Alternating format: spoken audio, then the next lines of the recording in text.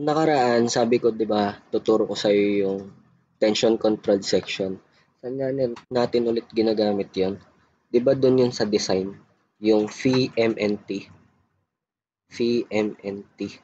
Di ba? Yan yung second step natin. Tapos i-compare natin yan sa MU. Tapos malalaman natin kung transition controlled ba or kung tension controlled ba or transition region yung section. Ngayon, tuturo ko sa iyo kung saan dinerive yung formula nitong VMNT. Okay? Sige, delete ko muna to. Una, gaya kanina, di ba? Or gaya nung nakaraan, hanapin muna natin yung value ni C. Ito. Nga pala, sa tension control, kung maaalala nyo dun sa maximum, yung strain ng bakal mo, 0.004.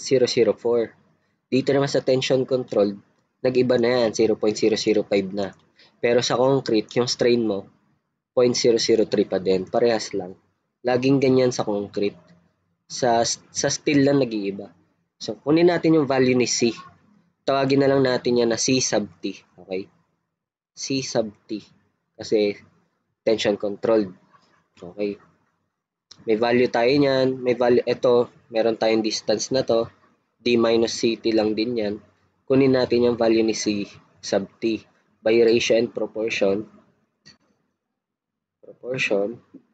C sub T over 0.003 equals D minus C sub T over 0.005. Okay. Ngayon, ilipat lang natin yung 0.003 sa kabila, magiging 3 over 5 na yan siya. Diba? Madali lang yan intindihin. Pero pag pause nyo na lang. Tapos ito, distribute natin yung 3 over 5 na yan sa kanila. 3 over 5D minus 3 over 5 C sub T. Okay? Pag samasamahin na naman natin yung parehas na variable. Ito, sa left side, yung C sub T. Kaya magiging ganito na yan. Diba? Tama. Equals 3 over 5D. Ngayon, pag add natin yung dalawang CT na yan, ang kakalabasan yan, 8 over 5 C sub T. Diba? Tama. Tama. Tapos, ihiwalay natin ulit yung C sub T para solo na lang siya dyan. Magiging 5 over 8 times 3 over 5D.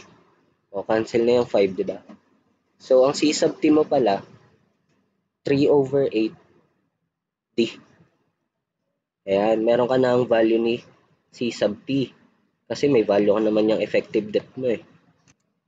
Paliitin nga lang natin yan para masolve natin yung susunod. Yung susunod kasi, di ba, kung natatandaan mo, yung susunod na isosolve natin is yung A. Ito, yung compression block. Ayan. Ano ba value niyan? Di ba sa sa code ulit, A is equal to beta sub 1 C.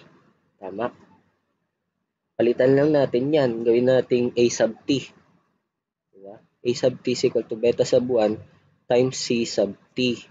Palit ulit. May value tayo ni C sub T, di ba? Beta sub 1 multiplied by 3 over 8 D. Yan. Jadi meron na tayo ng value ng A or A sub T kung gusto mong tawagin ganun. Ano ba next na kukunin na natin doon? Next naman doon, yung VMNT. Yun na yung hinahanap natin, di ba? Saan na-derive tong VMNT? Ngayon, dito yan ulit.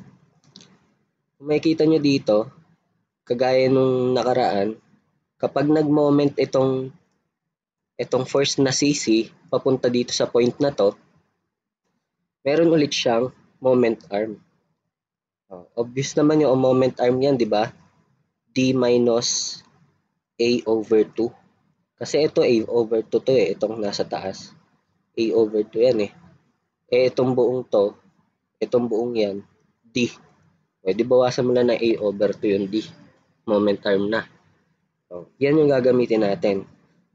Gamitin natin siya. Summation of moment sa point na ganyan is equal to 0. Clockwise equals counterclockwise. Ano ba yung clockwise dyan? Yung MNT. MNT equals, ano yung counterclockwise? CC times yung moment arm na D minus A over 2. Palitan natin yung CC kasi may value yan, di ba? Ang value niyan ulit, kung natatandaan nyo, 0.85 FC prime AB, di ba? Palitan lang natin yan. So, 0.85 FC prime. Yung A may value yan, di ba?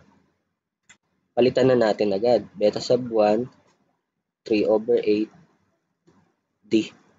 Yan. Tapos, multiplied sa B. Tapos, multiplied natin sa D minus A over 2. Eh, yung A may value na yan, di ba? Nakuha na natin. Substitute lang ulit. Yan. Ngayon, yung VMNT na yan, lagyan lang natin ng phi both sides. Alam nyo naman, or kung hindi nyo pa alam, na yung tension controlled, ang reduction factor niyan na phi ay equal sa, ang phi niyan ay equal sa 0.9. Pag di nyo pa alam yan, sige, tuturo ko na lang sa iyo yan. So, 0.9 yung phi, tapos 0.85 FC prime, beta sub 1, 3 over 8, BD. Yan. Tapos multiplied sa D minus beta sub 1, 3 over 8, D over 2. Yan. Tapos, paliitin ko na nga lang din to. Yan. Paliitin ko na nga lang din muna yan. Yan. Kita nyo pa naman yan eh.